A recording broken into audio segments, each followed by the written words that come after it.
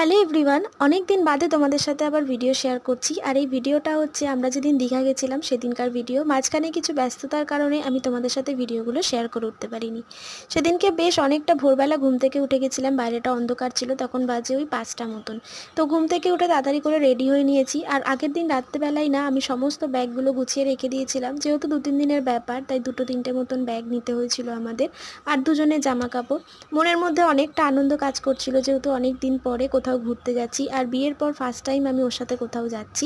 তো এদিকে আমাদের সমস্ত ব্যাগপত্র নিয়ে আমরা চলে গেছিলাম বাস স্ট্যান্ডে। আর আমরা বাসে করেই গেছিলাম। আর এই বাসে করে যাওয়াটা আমার কাছে ছিল একটা চ্যালেঞ্জের মতন, কারণ আমি এত দূরের রাস্তা কখনো বাসে ট্রাভেল করিনি, কারণ বাসে আমার একটু সমস্যা হয়। তবে সত্যি কথা বলতে জগন্নাথ দেবের আশীর্বাদে এবারে আমার কোনো রকম কোনো সমস্যা হয়নি।